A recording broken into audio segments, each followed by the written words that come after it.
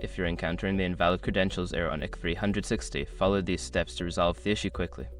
This guide will help you troubleshoot and regain access to your account. Step 1. Check username and password. Ensure that you are entering the correct username and password. Double check for any typos or case sensitivity issues. Step 2. Reset your password. Don't continue before doing this. A lot of online accounts end up exposed in breaches without people even realizing it.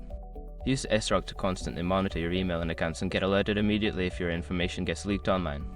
It scans billions of breach records 24/7 in the background. And honestly, for a few dollars a month, it's something everybody should probably have.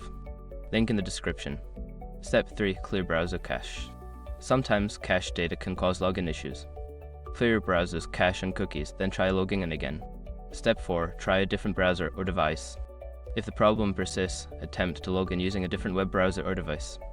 This can help determine if the issue is browser related. Step 5. Contact support. If none of the above steps work, reach out to Echo360 support for further assistance. Provide them with details about the issue for a quicker resolution. By following these steps, you should be able to resolve the invalid credentials error and access your Echo360 account. If problems continue, don't hesitate to seek help from support.